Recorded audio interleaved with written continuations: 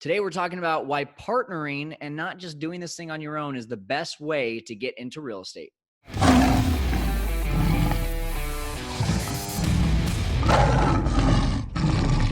Hey, everyone. Welcome into the Fearless Investor Podcast. You're listening to me, Kyle Stanley, and we will have Matthew Baltzell on the show today. Really quick episode because I just really wanted to zone in on the one thing that Matthew was talking about, which is partnering and how you can go far with other people and how really like having a small piece of the pie or a smaller piece of the pie is better than having no piece of any pie, right? I mean, 0% of nothing is still going to be 0% of nothing. 10% of something is going to be at least something. And that's really what we're talking about is getting into real estate can be very daunting. It can be very scary. And we talk about mentorships all the time. You know, partnering with a mentor is also a form of partnering. So we're going to talk a lot about different ways in which you can partner. But make sure that if you haven't already, speaking of partnering, you can go to fearlesskyle.com. You can schedule a call with me there, fearlesskyle.com/consultation. If you have a deal in which you're looking to partner on, I'm always willing to take another look at that. But at the same time, if you just want to get really good help from me, then you can just go ahead and schedule a 15-minute phone call with me. Again, fearlesskyle.com/consultation. And I'd love to be able to talk to you about Airbnb, real estate investing, anything at all. Just go ahead and book it with us. Now let's get to it with Matthew Baltzell. Hey, welcome in. You are listening to the Fearless Investor Podcast with me, Kyle Stanley, and we've got Matthew Baltzell all the way from Thailand. Matt, what time is it over there? Like 6 a.m.? Yeah, 6:12 a.m. on a Friday. So top of the morning to you. On a Friday. Meanwhile, it's 4:12 over here on a Thursday as we're recording this. So you're coming to us from the future. And Matthew is part of Boardwalk Wealth. He's the investor relations guy over there, and also has a podcast that I was on recently, the Real Estate Journeys. And we kind of met through a mutual friend. And honestly, I love the content that you're putting out. I know you reached out to me and got me on your show, but was excited to get you on the show today, especially just to talk about multifamily, talk about working for a company and this whole investor relations. I think that's something that even me, like I'm interested in knowing, how do you create better relationships with investors? How do you continue to grow that? So today, I think that'll be something that we talk about. But Matthew, thanks so much for being on, man. For sure, Kyle. Always a pleasure. Awesome. Hey, most interesting real estate investing story. Let's jump into it. Yeah, I would say for me, I remember like back in 2008, my mother and I had a 10 single family home portfolio, and basically peaks and valleys of going booms and busts of the good times, and then all of a sudden when people stop paying their rent, and then you have to liquidate and get rid of your portfolio. So in a nutshell, that would be a very interesting story. Yeah, anything in 2008 was interesting, right? Yeah. All right, man. Well, hey, bring us up to speed. 2008, obviously rough times, but what about before that?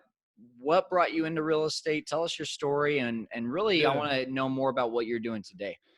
Yeah, for sure. So, like I said, back in 2008, my mother and I, we had a portfolio of 10 single family homes. So back in 2008, I was back in Colorado. And I would say prior before that, my mom was always very ambitious. She would, fix and flip homes. So even at like a younger age, I'd probably say from like 15, 16, 17, I was going in, demoing, painting, really getting in my hands. And we had a contractor that came and worked on our house. We had like a house remodeled, and the contractor liked me, and I started working for him. So I started working on a demo crew, crawling in attics, and basically really getting my hands dirty. So, like I said, 2008 happened. We kind of liquidated our portfolio, and things went the way they went, right? So back in 2016, I left the United States to move to Germany, but I actually didn't like Germany, and things weren't working out well with my visa. So I wound up traveling the world after I left Germany. I came to Thailand. I found my wife, fell in love, had a kid. But in the meantime, what I was trying to do is I was, trying to think of my next moves when I wanted to get back to the United States. You start listening to multifamily podcasts, you start listening to Grant Cardone, you start reading books, you start doing this, you start doing that. And then I started thinking to myself, like, okay, like, I think I want to get involved in multifamily. But my only hiccups were, one, I didn't really know when I was going back to the States. At the time, I thought maybe, like 8 months from now, maybe a year from now. That was 3 years ago. But so See, yeah, that so I plan was worked trying to out. think of, yeah, I was trying to think of my next steps, right? And so in the meantime, I I created a digital meetup on Bigger Pockets, and I Okay. wanted to connect with people. They always say, go to your local meetup, go to your local meetup, go to your local meetup. And well, you can't really go to meetup when you live in Thailand and there's nobody that speaks English. So I couldn't go to, yeah, I couldn't go to my meetup. And then uh, I, my meetup wasn't big. It was only between 6 to 8 people. And one of the ladies was following my progress. She wasn't a member of the group or anything like that.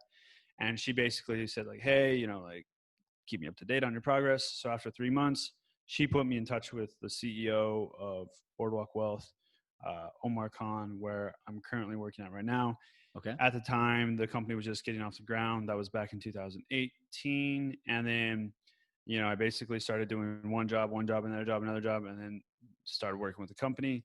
And now I'm partnering and investing with Boardwalk Wealth in multifamily apartments back in the United States, working in investor relations. So um, it's kind of like a long tailwind, but yeah, that is like we talked before. If you would have told me, in order to start investing in large multifamily apartments, and you would have to travel halfway around the world, travel all the way around the world, right, and then you get a job back in America working in private equity real estate, like All the way that would from just never Thailand. make sense.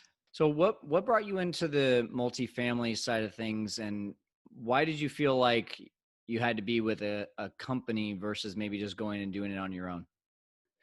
Yeah. So good question. So back in 2008, right, when we had all the single family homes, I was really just thinking about economies of scale and, what I could start doing. I thought, like, okay, I could still fix and flip homes.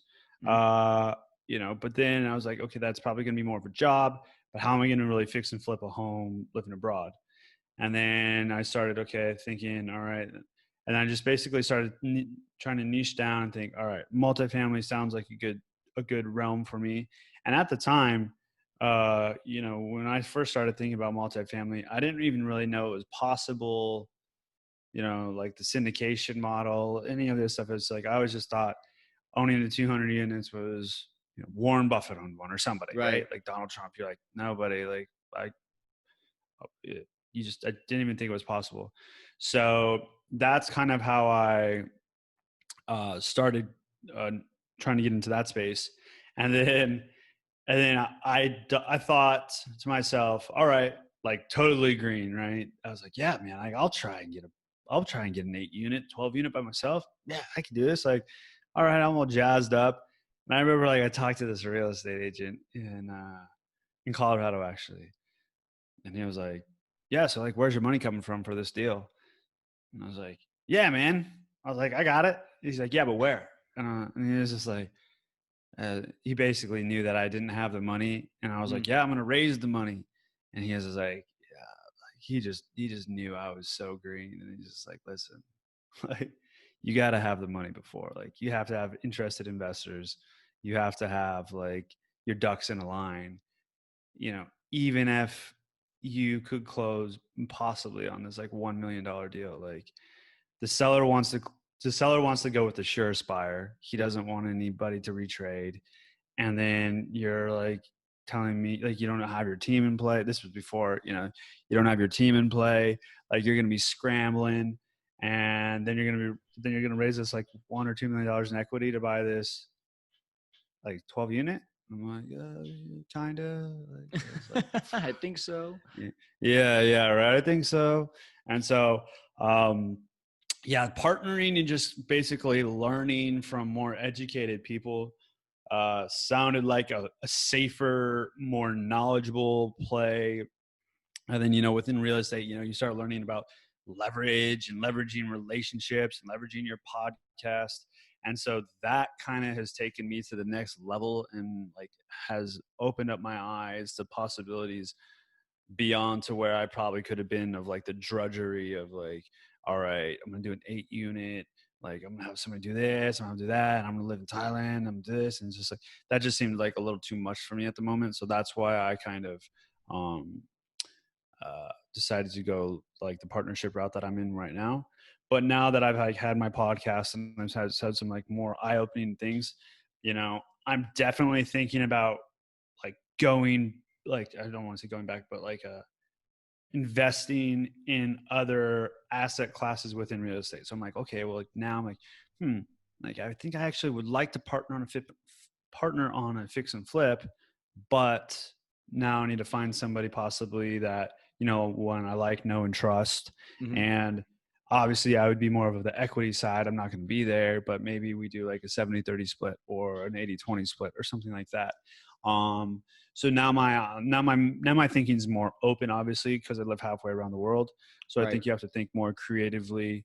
Um, yeah, that's No, kind yeah, of that's good. So you got in with this company, and like you said, it sounded like the big appeal was you didn't feel like you had the knowledge, you didn't feel like you had the plan to be able to do this on your own, but partnering with people that knew exactly where to go was going to not only help you to get asset classes and get these multifamily properties, but learn how to do it along the way. And maybe you take less of the pie, but at least you're part of deals. You know, for sure. what 5% of something is a lot better than 0% of nothing. Um, Yeah. so so I guess at what, like, how has that helped you with your confidence in being in real estate and especially the multifamily side of it, seeing these people who know what they're doing? For sure, for sure.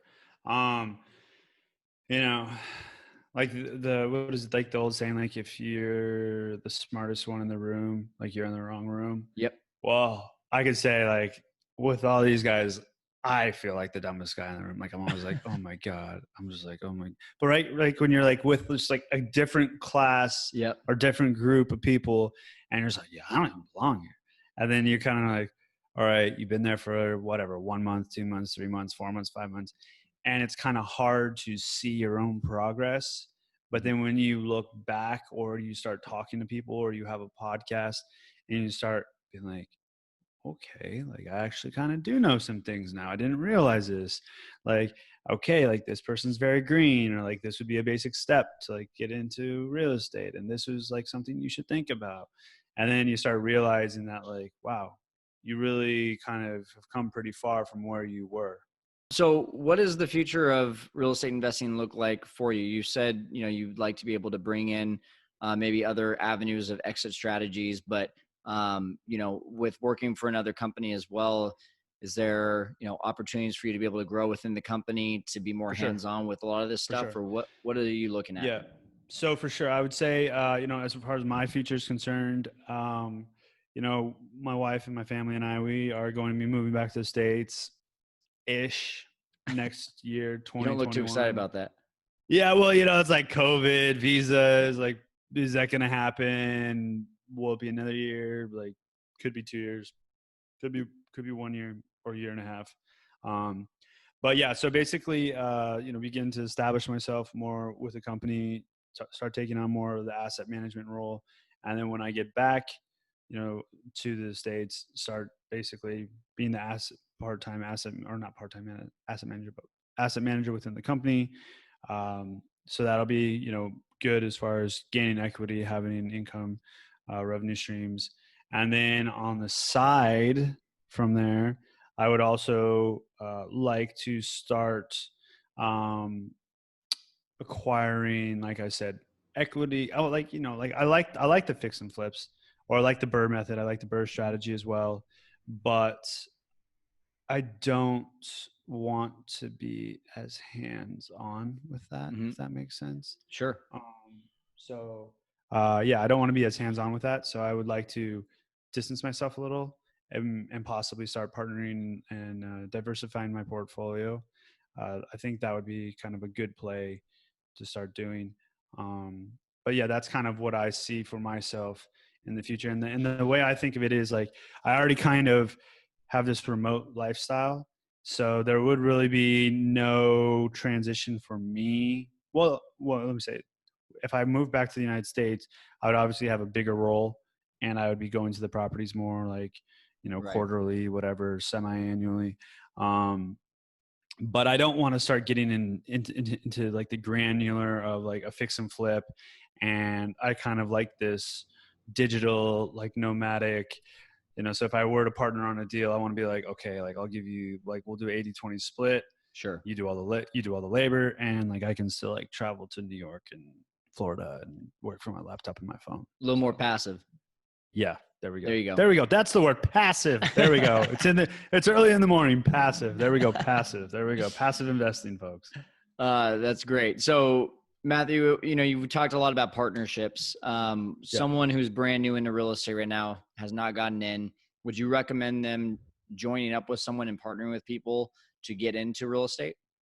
Yeah. Yeah. I would 100%, 1 million times recommend it. I mean, you are going to probably lose your shirt if you're not partnering with somebody. And it doesn't have to be, in a, partnering is a little bit of a loose term, right?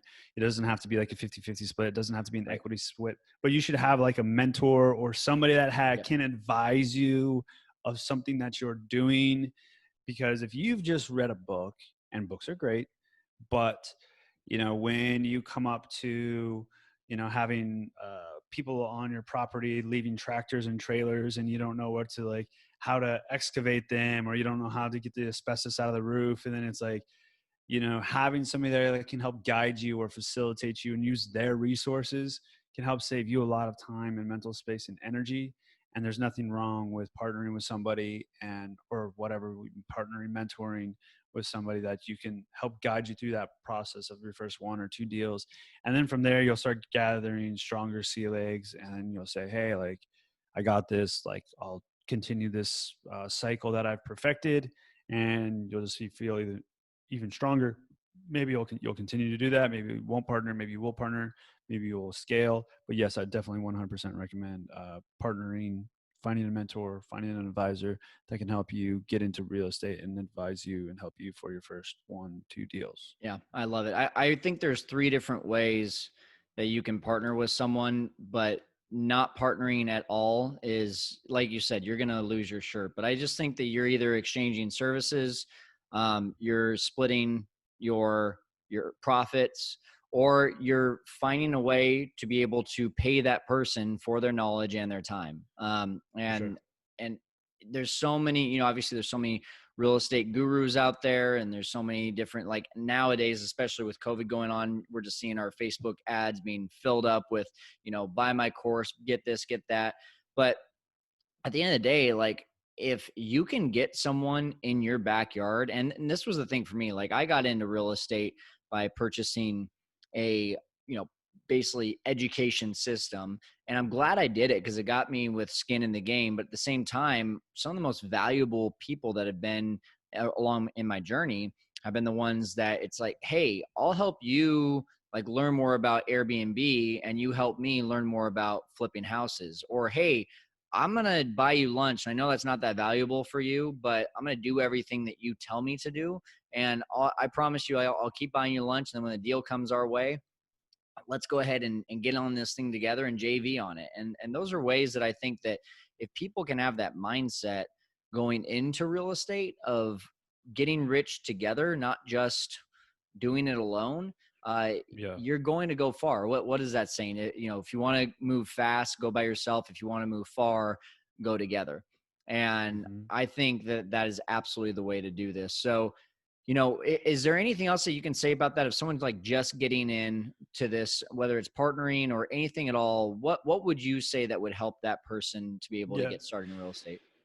Yeah. So, I mean, if you're obviously, you're looking to start getting involved in real estate, right? I always tell people like there's a million different ways to work out. You can do push-ups, you can do whatever, you can do P90X, you can run marathons. So just start consuming as much content as possible. Fix and flips, multifamily wholesaling, Airbnb, note investing, whatever you want to call it. Just start consuming it all and then see what sticks out to you. And then from there, niche down. So, Mm. you might be like, oh, like wholesaling, this is great. Oh my God, like this is the best thing ever. Driving for dollars, or like, I love this. And then start trying to do it, or start trying to like find out more and more information about it, Yep. and then start implementing it. And then be like, wow, like I never realized how hard wholesaling is. Like, this is terrible. I don't want to do this at all. Check, cross it off the list. Right. And then or like maybe I want to be a landlord. Like, okay, like maybe I should get like do like a little house hacking. Rent out one unit. I'll be a landlord. See how that is. Oh, I actually enjoy this. Like, let's like start doing this up. But you'll never know until you try, right?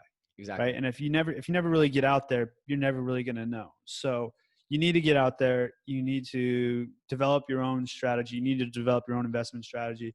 And as you know, like, you're doing this Airbnb like arbitrage, you're managing, you're like doing some fixing and flips.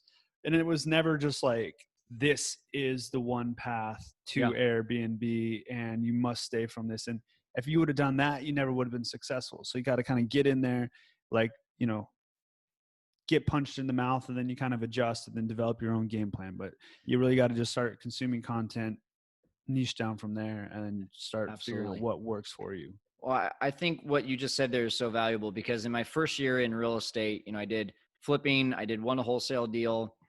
I did start investing passively into a multifamily syndication deal. And then obviously, if I didn't already mention it, fix and flip, but also Airbnb. And so all these different things allowed me to figure out what I didn't like, what I did like.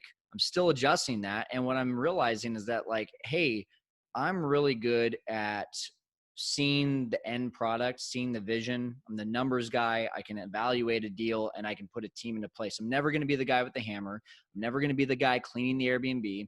I'm never going to be the one that really enjoys like doing the communication with Airbnb or talking to sellers. I found out very quickly I don't like talking to sellers when it comes to acquiring properties. So what I had to do, I had to use a different skill set that I had, which was developing great relationships with realtors and wholesalers and all this kind of stuff in order to find those deals. And that was my skill.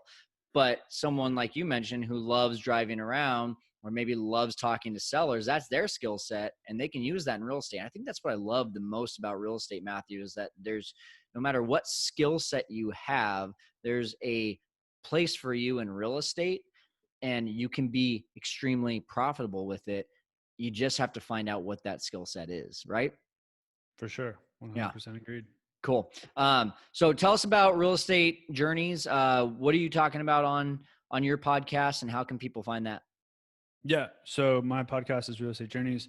It's for real estate investors who are looking to scale to 100 units, live a location independent lifestyle, and it's on Spotify, iTunes, Google Play, all the major platforms. And we put out about one episode a week right now. Awesome. That's great. And so mainly focusing in on getting to 200 units. Is that what you said? Oh, 100, Oh, 100. 100 Sorry. units. Yeah. Okay. 100 units. That's awesome. Is Yep. there anything that you can say about that one starting point for anyone that's listening right now to even just getting that first unit? If you are looking to get your first unit and you are wanting to just think creatively, Yeah. man, especially in nowadays, deal flows are tight, and don't let money hinder you, because it's very easy to say I don't have money. And just think, when I say think creatively, think as far as adding value. um, you're going to want to always offer, like, let's say, an irresistible offer. So if you want to buy somebody a cup of coffee, the old adage, like, hey, can I borrow a moment of your time, let me get you a cup of coffee, like you said, it's probably not going to work 99% of the time, because I could buy my own coffee. I don't want to sit and talk to you, and then next thing you know, I was like, I got to go, and then we got to do all this. So it's like, hey man, like, what if you said, like, here's a gift card for $200 to Ruth's Chris Steakhouse for your next like 4 meals. It's like, now that's more enticing. You know what I'm saying? Yep. But you got to think of like ways to add value, or like, hey, I noticed you're uh, a wholesaler in Denver, Colorado. I've procured a list for you. I'd like to give it to you of 120 properties within the Denver metro area of a 5 mile radius that have a 1 bedroom, 1 bath. I would like to give this to you. It's like, whoa, oh, like this kid like knows how to work or something. It's like, oh, Mm-hmm. like that's that's already more than like, hey, can I borrow a moment of your time? And it's like, now it's just like a take instead of give. So lead with It's value, good. think creatively if you're trying to get into real estate and get your first It's property. good. All right. Awesome, man. Well, yeah, go check out the podcast. Like you said, on just about every platform, Real Estate Journeys. Matthew Baltzell, thank you so much for being on the show today, man, and helping us to conquer the world of investing. All right, show notes for this one, fearlesskyle.com/Matthew Baltzell. Matthew spelled like usual, Baltzell, Baltzell. And you can go check out the show notes, but definitely make sure to take a look at his podcast, Quickest Way to Get to 100 Units. That's exactly what he's talking about on Real Estate Journeys. And he's got a lot of great guests, including me. I was one of them. So go ahead and check out that podcast on all the platforms that he mentioned. And thank you again for joining us today and learning about partnerships so that it can help you to conquer the world of investing. We'll see you next time.